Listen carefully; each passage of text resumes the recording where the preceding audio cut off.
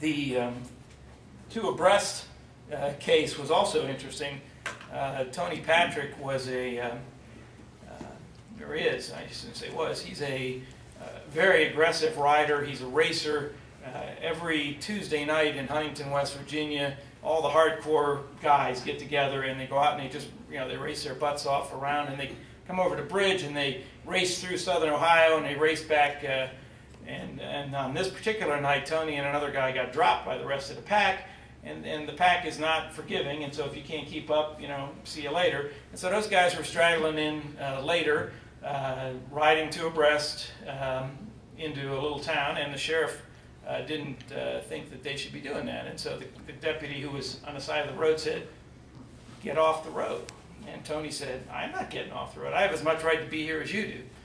And that led to a verbal encounter between the two of them, because the sheriff was parked off the side of the road and yelled at him, and then he gets in the car, and so he now comes up, so he's to the left and the riders are to the right, and they're engaging in some spirited conversation there. I guess they were discussing the merits of 45-11-55. I don't know. There was the language was colorful, and the sheriff then slides his car over to split up the two riders. So now we got Tony's in the front, and there's this kid who's 16, who's actually a world-class mountain bike rider who is switching to racing his road bike, and he's in the back, and the sheriff's in the front.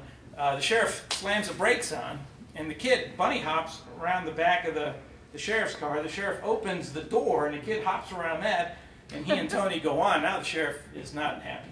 And so now it's lights and siren, and he goes flying up, and he does the Hawaii 5-0, skidding the turn 45 degrees, and he comes standing out there, and he pulls out the taser, and he's pointing the taser at Tony, and as he's coming up to the stop sign there, and Tony pulls off into a parking lot to get off the bike, and these guys are in the full racing regalia, and they got the toe clips and the racing shoes. So when you're on those, you're kind of walking like this, and the sheriff hits him with the taser, which fortunately for Tony for this time doesn't stick, so then he's got the barbs, but he's pushing the thing, but nothing's happening.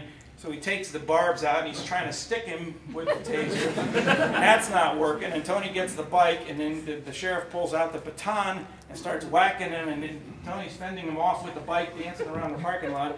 And the second guy comes up from behind and nails him with the taser, and Tony goes down. And he had the luck to be, I think, from what I could tell doing the research, the only taser victim in history to hit the ground with a helmet on. And so he was lucky in that regard.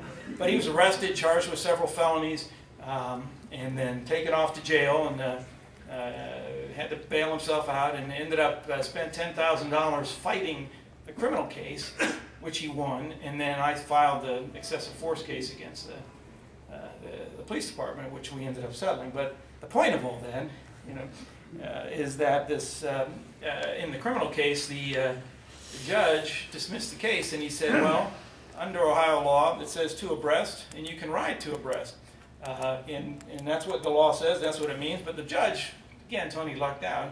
The judge was a bicycle rider who also had been on these Tuesday night rides, so he understood this mentality. He didn't know Tony, and so he didn't recuse himself because he just had some personal knowledge about riding bikes. Am I almost up here? Yeah. Oh, am I? All right. Well, let me just give a couple of examples of some infrastructure here. These are infrastructure issues that drive cyclists crazy. One is the right turn only lane next to the straight ahead cycling lane. The bicycle lanes put in the door zone.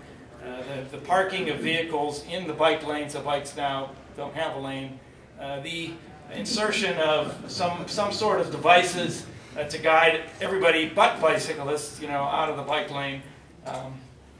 And then municipal liability. If you've been following the news in Columbus, Columbus is going to pay $1.2 million to a fellow, Mr. Crabtree, who was severely injured in a bike car crash.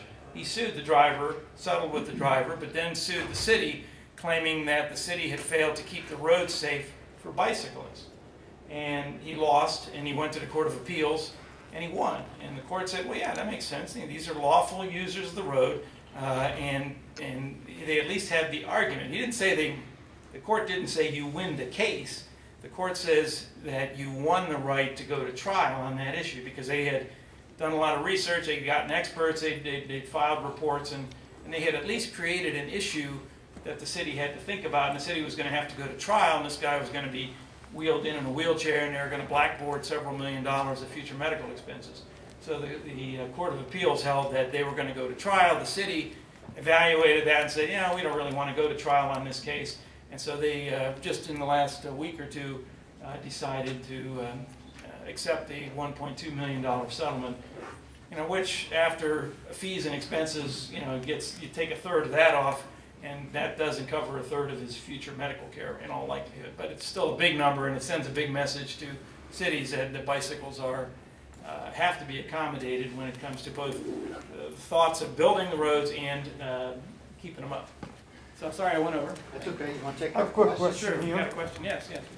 You know, everything drives on a road, a car, a cart, has to have a license. And to get that license, you know, a bicyclist, I think, to me, should have a trial or a license or something, you know, for educational purposes more than just, you know. And the reason they don't is because the reason we license cars is because they're dangerous. And if you don't know how to drive a car, you're going to kill people. Buggies, you do that. You have to license a buggy? Yeah. You don't have to license anything walks on the road has to have a license. Not on that. Except, you know, I'm not saying to have it for educational purpose. Because most of the accidents I deal with those things come from lack of knowledge, or maybe a bicyclist or a pedestrian walking at night, there's a pathway, they decide to go in the middle of the road. So education is very important. Yes. So how can we relate that message somehow to pedestrians, to bicyclists? There are rules you have to abide to, because to me, 60–70% of the accident, they cause them more than the cars. The cars. From what I've read statistically, that's wrong. It's anywhere from 50-50 to as high as 75% the motorist taking away the right-of-way of the bicyclist. But I think your point is a good one. That not that we need to be licensed, because I don't think it would do any good to license bicycles, but I do think educating both sides of this, if there are sides, people that drive cars need to understand that bicyclists are allowed to ride on the road, and bicyclists need to learn to be better drivers and better, because I ride a motorcycle, and that's one thing they hammer into your head as a motorcyclist. So you have an obligation to yourself to keep yourself safe and to not do stupid things that are going to get you killed. And bicyclists, maybe that's easier because you can kill yourself easy on a motorcycle. Bicyclists haven't gotten that message. So I think that education component that you're talking about is very relevant. Thank you, Steve. My apologies to the next presenter since we've run over quite a bit. I would be remiss if I didn't mention Steve Barber's name. Steve worked for ODOT for, I think, 30 years as a traffic engineer, and was was in a fatal accident on his bicycle. What was that, George? Maybe 5 years ago now? Yeah, so 3, yeah, so, you know, we have a traffic engineer that would be sitting here if it wasn't for a bicycle fatality. Thank you all.